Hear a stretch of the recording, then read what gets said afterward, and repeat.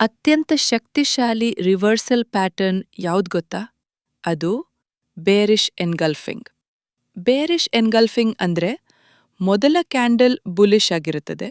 ಅದರ ನಂತರ ಬರುವ ಕ್ಯಾಂಡಲ್ ಸ್ಟ್ರಾಂಗ್ ಬೇರಿಷ್ ಆಗಿ ಹಿಂದಿನ ಕ್ಯಾಂಡಲ್ ಬಾಡಿಯನ್ನು ಸಂಪೂರ್ಣವಾಗಿ ಕವರ್ ಮಾಡುತ್ತದೆ.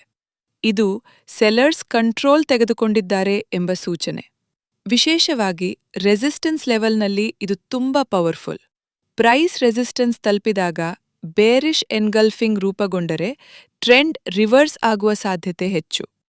Entry: bearish candle low break ಆದಾಗ ಸೆಲ್ ಎಂಟ್ರಿ.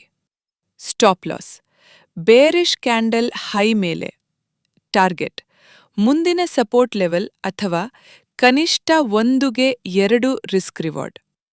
ಪ್ಯಾಟರ್ನ್ಗಿಂತ ಮುಖ್ಯವಾದದ್ದು ಲೊಕೇಶನ್. ಈ ವಿಡಿಯೋ ಉಪಯೋಗವಾಗಿದ್ರೆ ಫಾಲೋ ಮಾಡಿ ಮತ್ತು ಸೇವ್ ಮಾಡಿಕೊಳ್ಳಿ.